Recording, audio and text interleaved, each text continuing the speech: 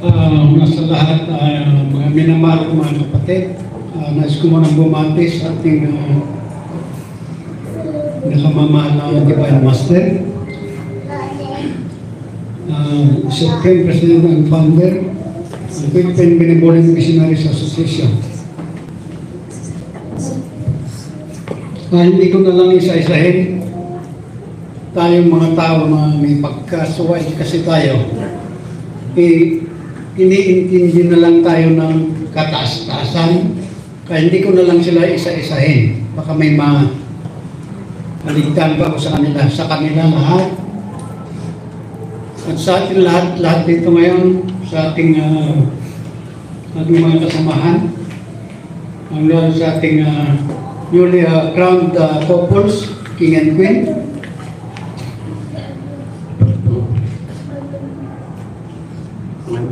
Natawag na ba kayo mga kapatid?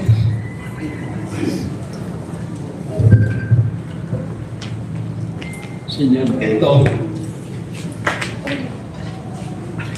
Muli tayong babalik sa kunting panahon na nakakaraan. Nakaumpisa na tayo dapat. Pero hindi lang natin naintindihan. Bakit nailabas noon ni Apolacay na alam ng karamihan, this is Marcos' wealth. No. Ang Marcos, iniwan namin sa atin ng mission. Letter M means medical. Letter A, assistance. Letter R, rural. Letter C, communities.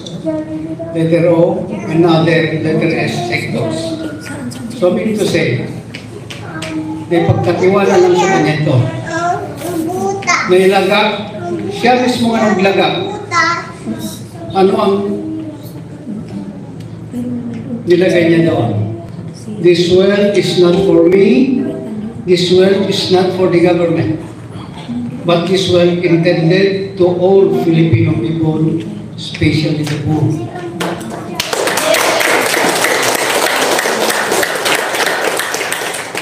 Anong nilabas din na currency natin noon, mga kapatid? ABN, ang bagong lipunan. Pero ano ang pinakasimple na ibig sabihin? Na dapat mangunguna o mangungulo sa pag-implementa ang babae at ang lalaki. Yan ang kahulugan ng ABN. Sino kaya itong mga babae at lalaki nito? Sino mga babae at lalaki? Hindi pwedeng lalaki at lalaki, hindi pwedeng babae at babae. Maski ang lalaki at ang babae. Yan ang tunay na magbabago ng ating lipunan. Bago na po ba ang ating lipunan?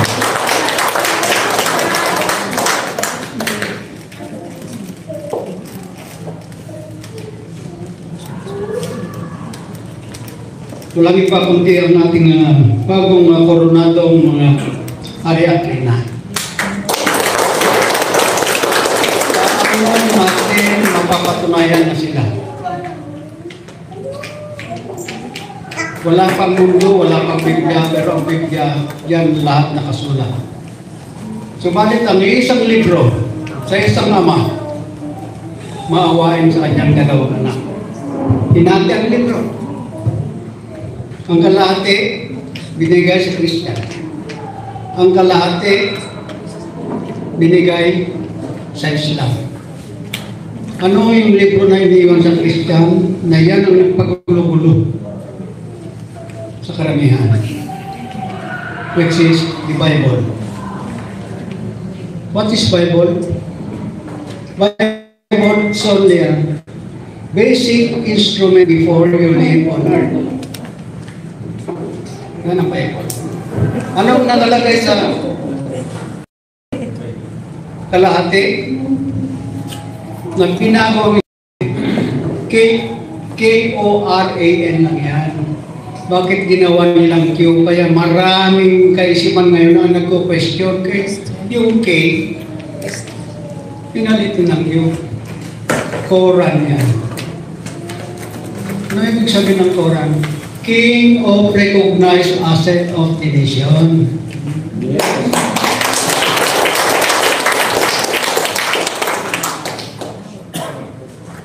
Hahanapin pa natin kung sino yung king na yan.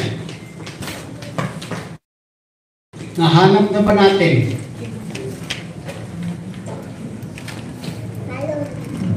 Ngayon, ang iisang libro na yan, babaguhin na natin, itiklop na natin kasi noon, propesya yan. Ngayon, naganap na, kaya history na lang yan. Na yan ang ating magiging basihan.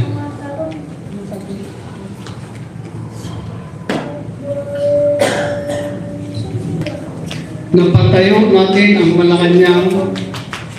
Ano ba yung Malacanang natin? Malacanang White House or Malacanang Palace? Palace. May umupo na ba dyan ng hari?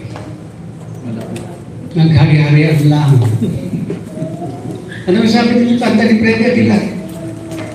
Now let's go to the land of promise. The land of Luzon ba sinabi? The land of Mindanao. Somewhere in Mindanao. Kaya marami rin nagbabalak doon makipaghari-harian din. Pero hindi na natin mabubura. May tagapagmana.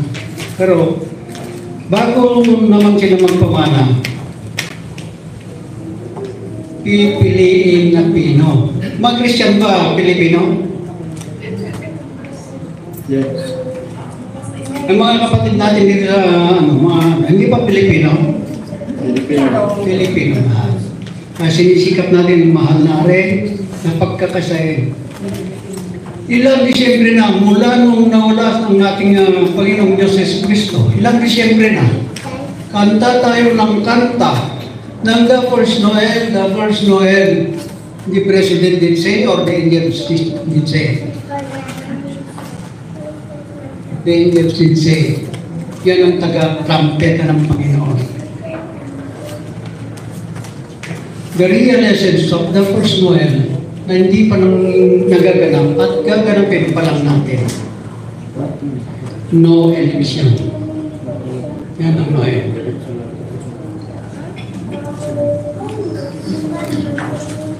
Ito pa lang yung kauna-unahan. Nasabi pa lang ng ating Divino Maestro noon, the time comes. Na pag ikaw na umikot sa lahat ng mga organisadong mga chapter, meron man membro, o wala na madatnan mo, itayo mo pa rin ang ating bandila. Nangyari na, mga kapatid.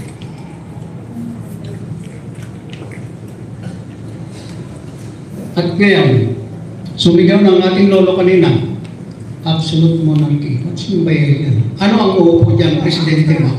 King and Queen. Hari. Ang ating kanununuan, sila'y nagpakamatay dahil sa pagmamahal sa atin para tayo'y mabuhay at may kabubuhay. Ang kanilang kinamatay para tayo mabuhay. Ang kanilang pagkatalo para tayo yung ipinanalo. Ngayon pa sa ating Divino Maestro, the biggest phenomena that shall happen in this whole world shall be start and begin in our nation, the Philippine Island.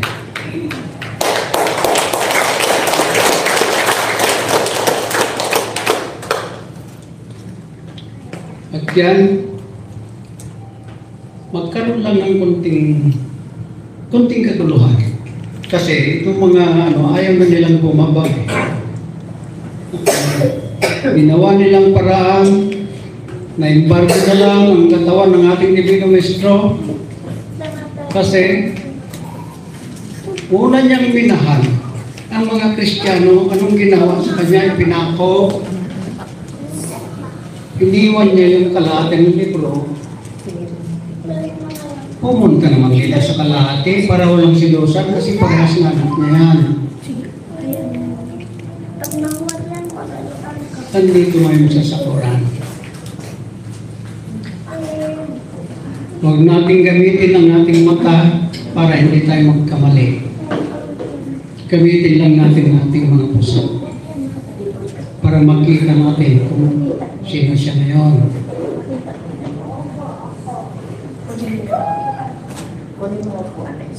Nagkakaisa na kami ito mga kasamahan na nasa likuran ng Hari at Reyna.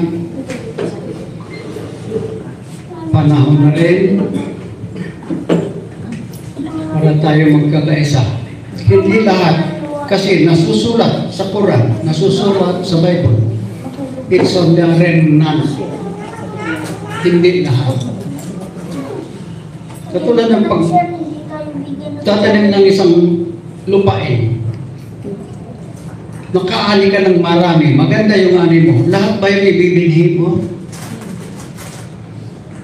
Magtira ka lang. At magpapasalamat tayo. Panahon na, nilulugaw na tayo. Nilulugaw na tayo. At hindi gagamit ng santo, kundi ang kanyang kamay ng kanyang kagamitan. Sa paglugaw, gaganyan lang. Hindi niya gaganyan. Kakapit tayo. Baka pag ginanya, isa tayo sa tumansik. Nandito na tayo sa kanyang kaligtasan. Kaya sa ating pag-iikot, una natin inikot, mag-umpisa 42 signatories hanggang napunta sa 54 signatories throughout the world. Kaya nilagay sa ng mga Roma, yung butil ng kanilang rosaryo, 54 yan. Yun ang bilang ng nasyon na napautahan natin. Walang utang ang Pilipinas, administrasyon lang ang may mga utang. Na yung mukha na naandun sa World Bank, makikita nyo kung sino yun naandun. Pero pag babaliktad ako siguro, makikita ko. Pero kayo nakikita nyo. Walang ibang mukha doon. Na yun ang kinatatakutan doon. Kaya wala tayong may lilihim sa kanya. Kaya sa nagkanya-kanyang division noon at yung lahat mga pinili ay ginampanan ng bawat isa sa amin. Ito lang maaano ko sa inyo. Kung naano ninyo sa mga encyclopedia na the highest monetary currency throughout the world, ang lowest sa natin ay isang bill lang natin. Ito na ang panahon. Ang 100 pesos natin magiging $350 US dollars naman.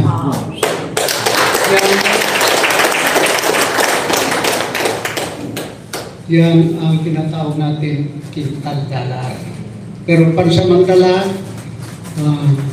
mukha muna ni Lolo, ni Amang Dr. Jose Rizal na nandun. Kasi ito, huwag tayo mainit na bakit siya, hindi sila. Upon starting, kung nalila tayo ng buong daigdig na almost 2,000 years, kung meron pang upon starting naman to, kung meron pang isang pamilyang Pilipino na mahirap, konti lang yung apat maging katulong ng mga puti, at wala pa silang sinabi na hindi nagaganap. At yung kintan na yan, 1, 2, 3, 4, 5, bali 5 counts yan. Ito, panahon na imprenta na po.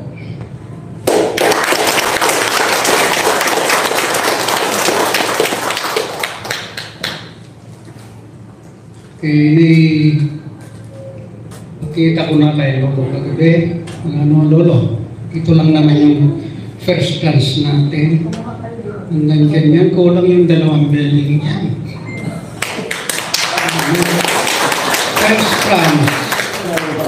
First class is 800. plus 10,000. May 30 na po.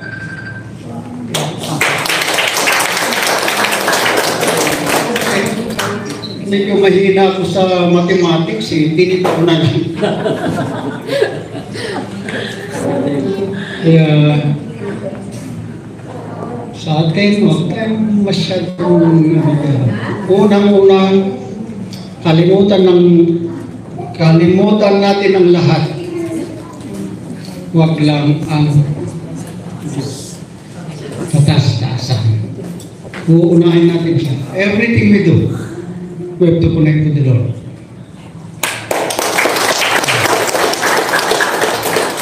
At marami pa akong dapat sabihin, pero hindi tayo mauubusan. Basta upon starting ito,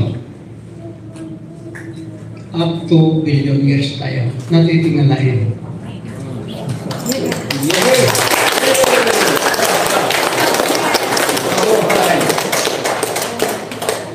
Si Amalek, baby pa yan kung ikukumpara natin yung pangako ng Panginoon sa atin na billion years. Aabot tayo yan. Huwag lang natin abusuhin ang ating sarili. Tayo mismo ang nakakakita sa ating sarili. Tayo nakakaalam kung ano yung hindi dapat sa ating sarili. At hindi tayo mauubusan, mga kapatid ko. Muling ibabalik ko ang mikropono sa ating lolo. Hanggang dito na lang ulit. So yan yun, narinig nyo na. Ngayon, tanungin ko kayo, nagkamali kayo sa pagsunod? Nagkamali ba kayo sa pagsunod kay King? Oh, malas yung wala na dito. Aanhin natin ng marami kung puro sungayan naman. Di ba aling 10 na lang basta sumunod sa batas ni Allah at batas ng may likha sa atin? Yeah. Ang taong hindi marunong lumingon sa kanyang pinanggalingan ay walang paruroonan. Tama. Ba? Oh. Ang ating mahal na Reyna, alam niyo, sabi niya sa akin, Lolo, pakisabi naman kay Lolo Ara, worry ang akong pinalanggang Reyna kasi marami daw siyang utang. What? Marami kang utang? Ang inutang mo, barya lang? Ha? Barya lang yung tao. Nang inutang ng mahal na Reyna, kaya kayong mga nautangan, mahihiya naman kayo maningil sa Reyna.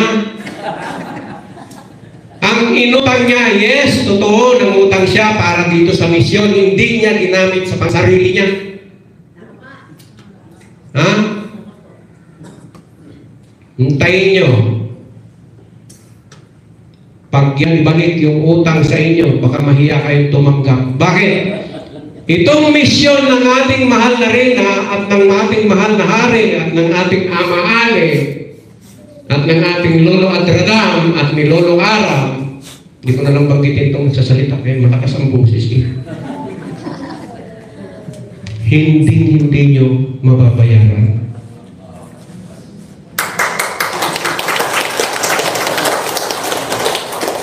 Kasi itong mission na to, ginagawa namin ito hindi para sa amin kundi ito para sa inyo. Para ito sa inyong mga anak, sa inyong mga apo, at saka sa new generation.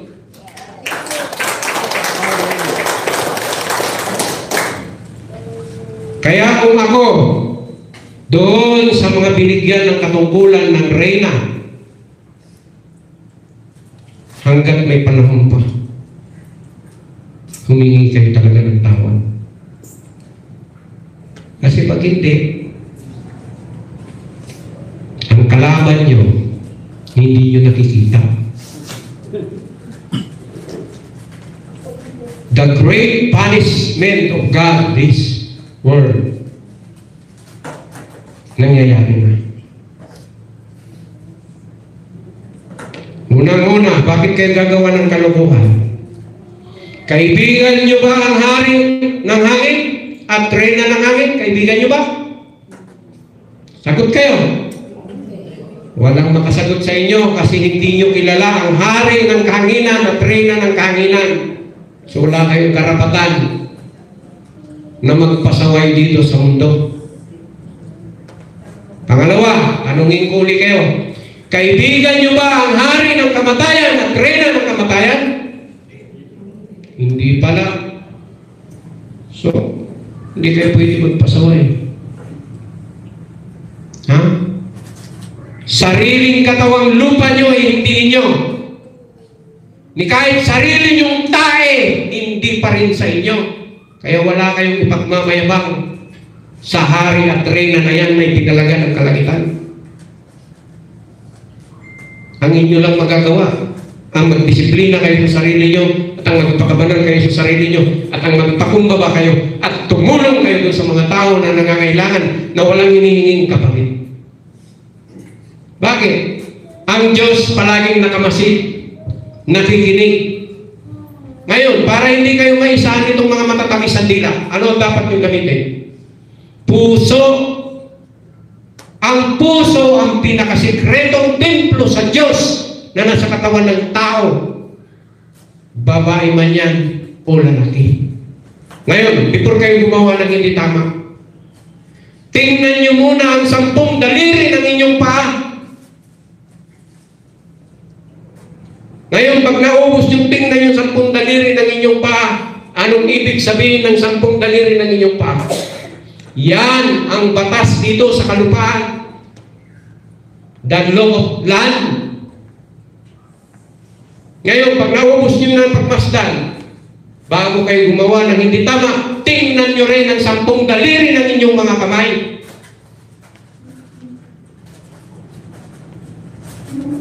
Kasi yan ang nagsisimbolo sa tinatawag na the 10 Commandment of God sa panahon ni Moises na isinulat sa tipan na bato. Ngayon, sasabihin nyo, hindi totoo si Gwen, hindi totoo si Ama Ali, kasi meron na silang Ama Ali. Ay, talaga naman ang gagaling nila Prince Joey, nila General Permen. Oy, General Permen, magpanggap-panggap ka pa na Hornido. Sabihin ko sa inyo ang totoo, ang nagpapatakbo talaga ng Pilipinas ay walang iba, kundi si Permen at si Renato Clemente, mga Judas.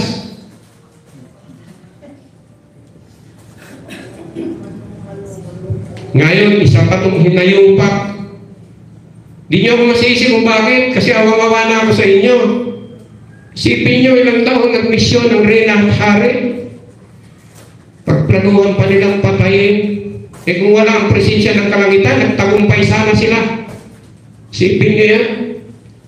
Apo ko, anong ginawa nila doon sa Sabah, Malaysia? Tapos nung birthday na naman ang ating mahal na Reyna, humiram ng sasakyan, bagong-bago. Ha? Ang galing nyo, Israeli. Sige lang. Hindi maganda yung mga pinaggagawa nyo. Kinumpya nyo si Queen Helen doon sa Kuala Lumpur, Malaysia. Ha? 14 Queen Helen Abdurrahman Elizabeth III ang dinuplicate dyan. Ngayon, nagplano ito sila Aba Hornido. Eh si Aba Hornido na totoo, matagal lang na mahinga. Yung nagpapanggap ngayong Aba Hornido, si General Permen, patumbakan. Di na nahiya sa balat niya. Binaboy nila yung Central Bank ng Pilipinas, biro mo, ang nandoon, mga barn.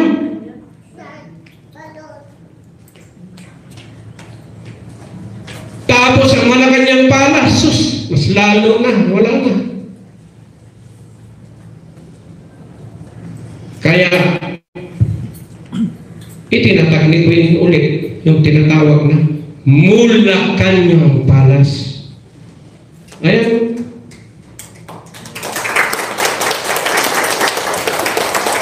Kung saan ginanap ang coronation ni Josie Mulan, doon itatatag ang totoong Malacanang.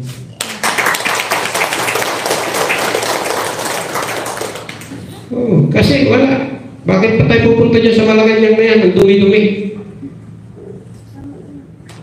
Yung upuan doon, wala na. Pinakuha ko na kay Bibi. May upuan doon sa underground. Na yung upuan na yun, pag inupuan mo at hindi ka aprobado, sipain ka ng upuan na yun. Wala na yun doon. May nagpaka-imbak doon ng mga gold bar. Kinuha na, nakot na yung mga makapangyarihan kasi hindi sila karapat-dapat. Isipin niyo yan. Philippine National Police, EFP, DILG, NBI, CIDG, Korte Suprema, Ombudsman, plus Office of the Vice President, Office of the Senate, Office of the Congress, Office of the Governor, Office of the Mayor, all official of the government, inutil. Bakit ko sinabing inutil? The Presidente ng Pilipinas na si Demetrio Garcia gumagamit ng droga, hindi nila nahuli. Ikaw, Villarreal, sabi mo, kontrolado mo ang 37 General Active. Bakit hindi nyo inuli si Bongbong Marcos? Di kayo nahiya. Kinunsinti nyo yung adik.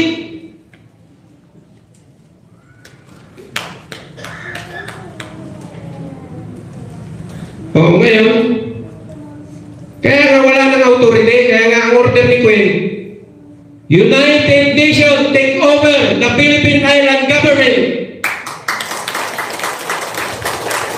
Kaya nga ang order, all elders, the United Nations, report immediately to Queen Helen Abdurrahman Elizabeth III and the NATO Chief Commander, King Mamay Abdurrahman.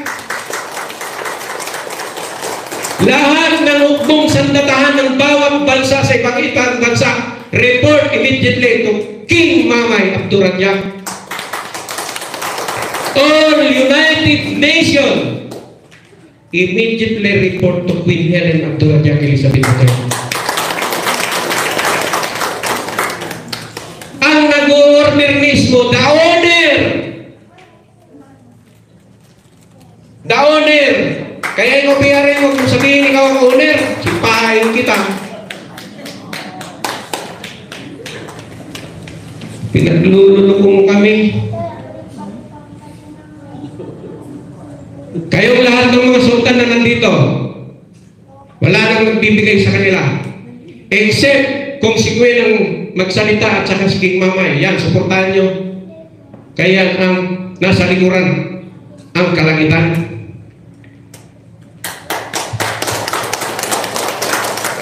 Hindi na tayo papayag ng gano'n. Andyan na ang grasya. Kailangan lang natin ito ngayon, tundukan lahat. Kung gusto nyo umunlad ang Philippine Island at ang buong mundo, ang tanging paraan lang talaga, absolute monarchy and no election. Lang. Kaya kayong mga taga-vlogger diya, umayos kayo lahat. Banat kayo ng banat ni sarili nyo, hindi kayo karapat-dapat sa harapan ng Diyos. Ha? So ngayon, kasi gusto ko talagang magwala na kasi sobra na. Ang amaali ko, ilang beses nila pinatayan, 4 na beses. Kaya lang, may sapusa eh. Pag ilibing, lumalabas hukay. Itong material na to, ilang beses yung pinatay din. Oh. Pero ito buhay, alive na alive. Si Raha Sulaiman Baginda Muhammad Ali Abdurrahman. This is Raha Sulaiman also. Bakit di kayo makinig? Itong hari natin, Ra Sulaiman also. At saka itong ating mahal na reyna, ito, si Ra Sulaiman. Ito, Ra Sulaiman, the Wonder Boy. Ang binabantayan yung Wonder Boy. Pero si Wonder Girl, hindi nyo nabantayan. Asan na yung Wonder Girl natin? Putre. Ay, umihi. Ayun, si Putre, ang Wonder Girl. Tapos, clip sila ng clip. Di na sila nangyayang. Mga buhay kaming mga lolo. Oh. Bakit kami matakot? Kami ang may authority. Kami ang may-ari ng soberenya. Kami ang may-ari ng mundo. Kami ang may-ari din ng Philippine Island. Kaya lahat ng pwersa ng EFP na matino, support to King Mamay Abdurrahman and Queen Helen Abdurrahman Elizabeth III. Dahil yan ang command. Kayong mga hindi naniniwala sa Diyos, ito lang sisiguruhin ko, tanggalan ko kayo ng hininga. Kasi mga napastangan kayo. Ha? Pinagkakatiwalaan kayo ng reyna. Ibig sabihin, kung pinagkatiwalaan kayo ng reyna, pinagkatiwalaan din kayo ng kalangitan. Pero ang ginawa nyo, hindi yung ginawang misyon nyo. Pasikreto kayo. Meron mo yan. Hindi na lang kita bigkasin. Kaya kanina pa ako nag-iinit sa'yo talaga. Ikaw ang nag-approve ng polymer. Ikaw din ang nag-approve ng eleksyon. Kaya umayos ka na.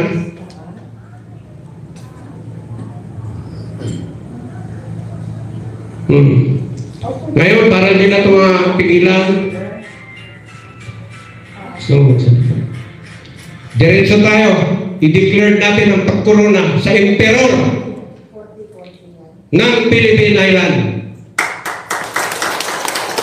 Kasi yung emperor doon sa China, dito na. So, kukoronahan natin siya. At except ito, may mangyayari pang coronation na susunod. Yun ang last. Ha? So, umpisahan natin, koronahan. Sorry sa mga MC, kasi diretsuhan na ako.